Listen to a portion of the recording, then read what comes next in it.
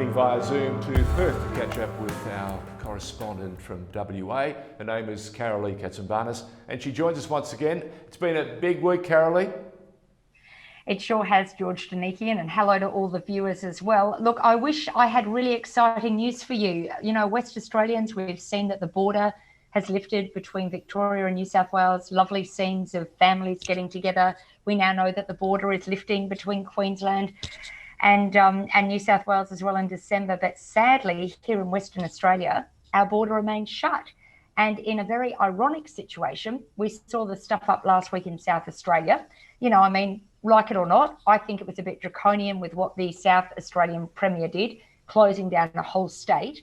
But full credit for him that when he realised it was all a hoax, he lifted the border immediately. Our Premier has gone completely the other way and is refusing to do any relaxation with the border to South Australia. And look, just in case viewers aren't aware, the West Australian border has been completely shut to Australians from other states since April the 5th. We've had 7 months of no community transmission from COVID.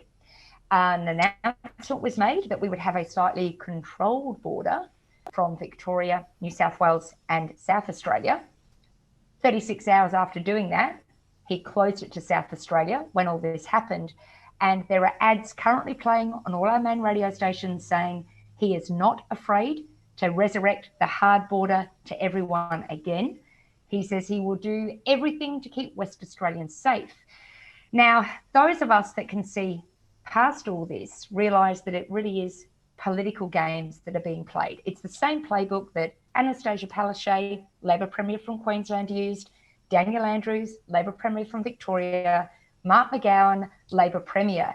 The problem is it is actually a very popular strategy amongst a lot of Western Australians. They seem to have just surrendered their common sense. They've been told if COVID comes in, you're going to die, it's going to kill all of us.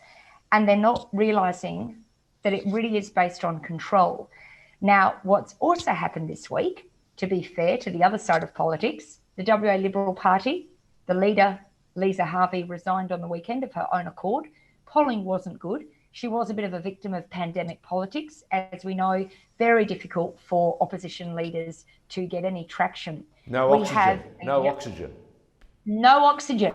So we have a young man called Zach Kirkup. He's 33 years old. He's very energetic. He is a first-time member of Parliament, definitely not inexperienced in politics. He has 14 elections under his belt. He's worked extensively in politics.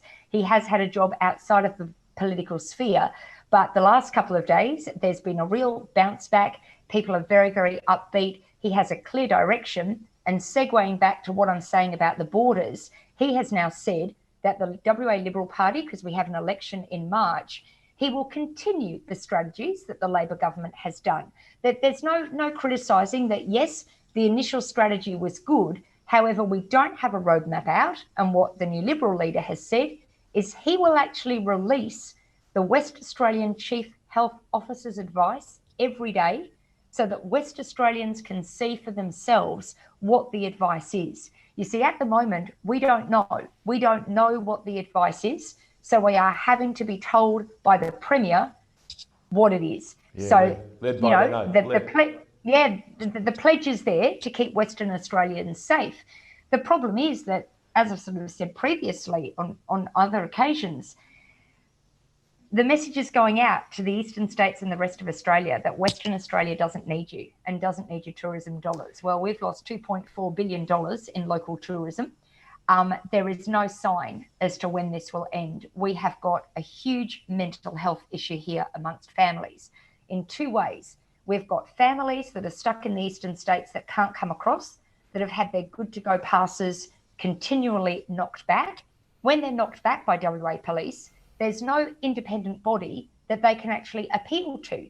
They just have to go back to WA police and fill out another form or try and seek the help of their local member of parliament.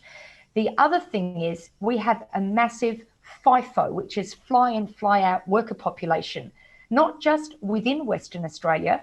We have so many people from other states. And while the border has been shut for 7 months, there are FIFOs that actually haven't been able to go back and see their partners and their families for nearly 12 months now because of their rostering things. So, you know, it's very important for the message to get out that no one is criticising the fact that Western Australians have been kept safe. But you can't have it both ways. You can't say that there's no community transmission. You can't say that if a state records 28 days of no coronavirus, they will be allowed to come in. Because Victoria is edging closer to it, the Premier's already gone out giving interviews saying, well, if Victoria has 28 days, that still might not be enough to lift the border. And unfortunately, those of us that are perhaps slightly better informed than others can see that this is all control. This is all complete control. We have nowhere. We have people saying that they may not see their elderly parents or their other family members again, because it's not like our Premier is saying, right, on this date, we will work towards opening.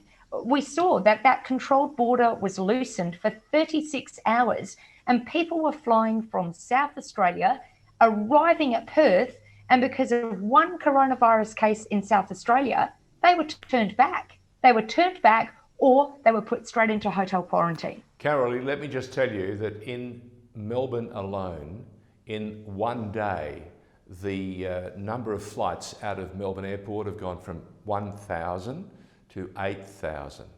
We're talking numbers. Wow. So we had 1,000 people a couple of days ago leaving and heading up to Queensland or to Sydney. But in the last day alone, 8,000. So there are people, as you say, who have been dying to get out for umpteen reasons. One, because they're fed up. Two, they want to see family. Three, for business reasons. They have a job they want to go to. And I can't imagine what West Australians have had to endure. 7 months of being scared every day with the Premier standing up and saying, I'm saving you against the greatest scourge to ever hit the world. And of course, what do you think? When you scare people for 7 months, they're going to look to you forever and a day. And I can imagine when those borders do come down, he'll say, see, I saved you, and I need another 4-year term. Bring on March the election.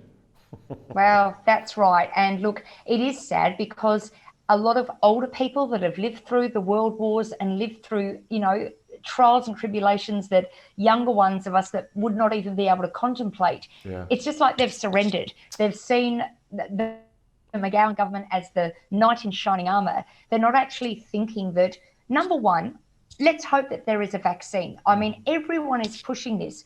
We still don't know when the vaccine will come out, whether it will actually be effective. And the thing that I'm most disappointed about is that initially we started out, especially in Western Australia, just wanting to flatten the curve, just wanting to suppress the virus. The goalposts moved very surreptitiously overnight one day to complete eradication. I think it's a folly. Very sadly, COVID-19 will be here to stay around the world. We need to learn, all Australians, we need to learn how to live with the virus. Some people, sadly, will succumb to it. But as we know, they probably have a lot of other underlying autoimmune conditions which may make them susceptible to succumbing. We've never lived through anything like this in our lifetime. But the thing is, why people in Western Australia are in a false sense of illusion is we don't have any lockdown. I mean, we're not at stage 5 yet. So there are a lot of mixed messages. They'll allow, 30,000 people at Optus Stadium, but they won't allow, there's still like a 2 square metre rule. People are living here as if there are sort of no restrictions without realising that we are being very restricted, because if they don't have a connection to the eastern states for business or for family, they think it's marvellous. But they don't realise that the longer this happens, the more that their families will end up having to go overseas or interstate again, like happened in the 90s. I was part of that came to the eastern states.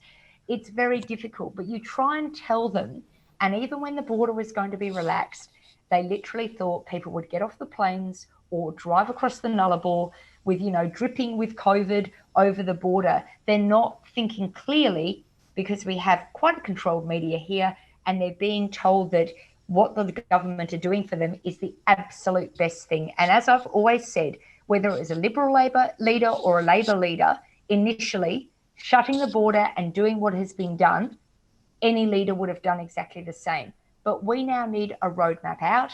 I've commented before that in New South Wales, our Premier goes on radio all the time and TV and says, I don't understand why New South Wales is the gold standard. I have gone on radio against him and said, because when they have an outbreak, they get on top of it, they have contact tracing, they don't shut down the entire state. Well which said. is why, as I say, I give full marks to Stephen Marshall in South Australia. I didn't give him full marks for doing the draconian measures to begin with, but as soon as he realised, up the border went. And, you know, but this doesn't happen here at all. Well, I can't wait till next week when you can give us a bit more of what's happening around the state, because it's a huge state, Western Australia. And I dare say that with an election looming in March, we'll have plenty to talk about. Karalee Katsambanis, thank you for joining us in The Informer. Thank you, George.